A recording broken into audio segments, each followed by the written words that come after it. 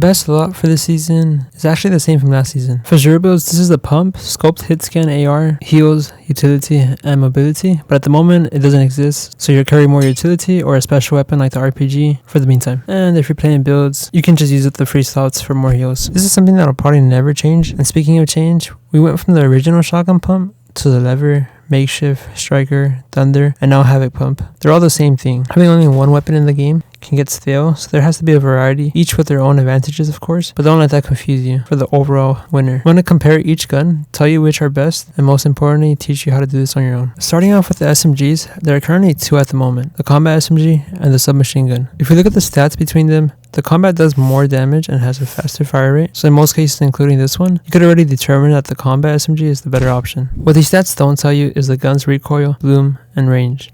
My crosshairs are on this Jonesy's upper chest, and when I shoot my clip without controlling the recoil, my crosshairs go up, but I'm still on target. So the only downside of this SMG doesn't even matter because you're supposed to use these up close anyways. I have another Jonesy 100 meters away from me. You can see that the recoil is taking my crosshair beyond the tree. And obviously this isn't good, but you're not going to be using it at this range anyways. If you divide the person's health, so let's say 250, since I play Zero builds, by the number of damage my combat SMG does, that'll tell me how much bullets I'll need to use assuming I don't miss any shots. And for me that's 13.1, but I can't use 0.1 of my bullet, so I'll have to round that up to 14 bullets. That's actually the same amount of bullets I'd need if I were using the submachine gun, and if I divide the number of bullets I'll use by the fire rate of my gun, which is 12, that'll give me 1.16. The exact time in seconds it'll take for me to get the kill using my 14 bullets, also known as TTK. The sub's time to kill is about 1.27 seconds, which is only 0.11 more seconds. That might influence you to pick it up, but watch this. You can see even though it's easier to control, I can barely do damage to someone at medium to close range because of the bloom. And you can see that the combat does so much better even with bad recoil control. Another popular option is a tactical pistol. It has a TTK of 1.5 seconds. Between these three, the pistol and combat can be considerable options. You'll definitely want to use the pistol if you just want to be consistent and not worry about recoil as much, but the sub should always be your last option. Moving on to the ARs, there are 4. Here they are ranked from best to worst. Your AR is used to pick people off, so you'll want a hit scan, scope, and no bloom weapon because it's already hard to be accurate at long range. Suppressed guns usually have their advantages, but in this game, you can see where the shots are coming from if you play with visual audio. On top of that, I think the suppressed gives it more bloom, and that makes it even more annoying to deal with. About the thermal DMR, it's actually better than the one from last season, and it has a better TTK than the red eye, but the bullet drop makes it an inconsistent choice to rely on. I think a lot of casuals think the DMR is better than the red eye because of the faster fire rate, but the red eye is the way to go if you have good aim. As far as the flapjack goes,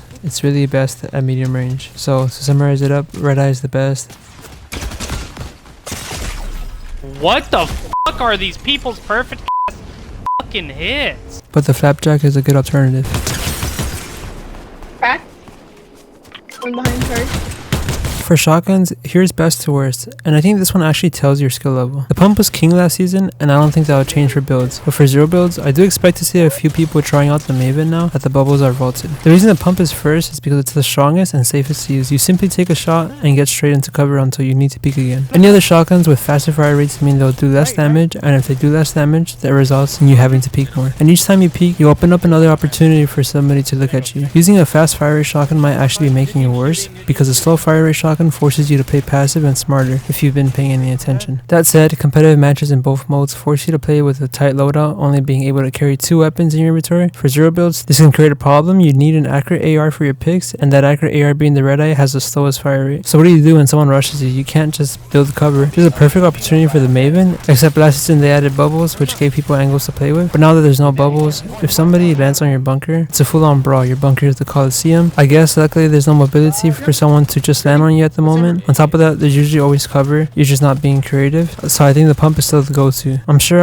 I'll continue to see a lot of my field teammates going with other shotguns, again, because of the fire rate. I tried the drum shotgun and I can't recommend it. The crosshairs get so wide, you'll be hitting for 10 damage each shot. So just go with the Maven at that point. It has a decent fire rate that allows you to still play angles. So that's all 3 categories I'll go in depth for guns. The rest, such as snipers or boomerangs, will always have the benefits. The only problem is that they're occasional. So of course, carry them in tournaments if you have to substitute something. If you're playing for fun, clips or whatever, I'm just telling you the best overall loadouts. In Zero builds, you need to carry a utility because you can't build cover. So I'll hold my util as I'm rotating. The second I get shot, I'll throw it down and handle the situation from there. But obviously I do my best to rotate in a manner that avoids detention so I don't have to waste anything. The last loadout I can recommend from playing solo squads is to replace your utility and heal slots with 2 mobility items in the game. If you do this properly, you'll be able to escape a whole team hunting you down and you shouldn't need to carry heals if you're good enough. You will know how to avoid taking damage and how to quickly disengage to get heals and re-engage the fight to your favor. At the moment, there's no mobility items, but they'll probably add them later on. Whether it's this season or next year, the same advice should still apply.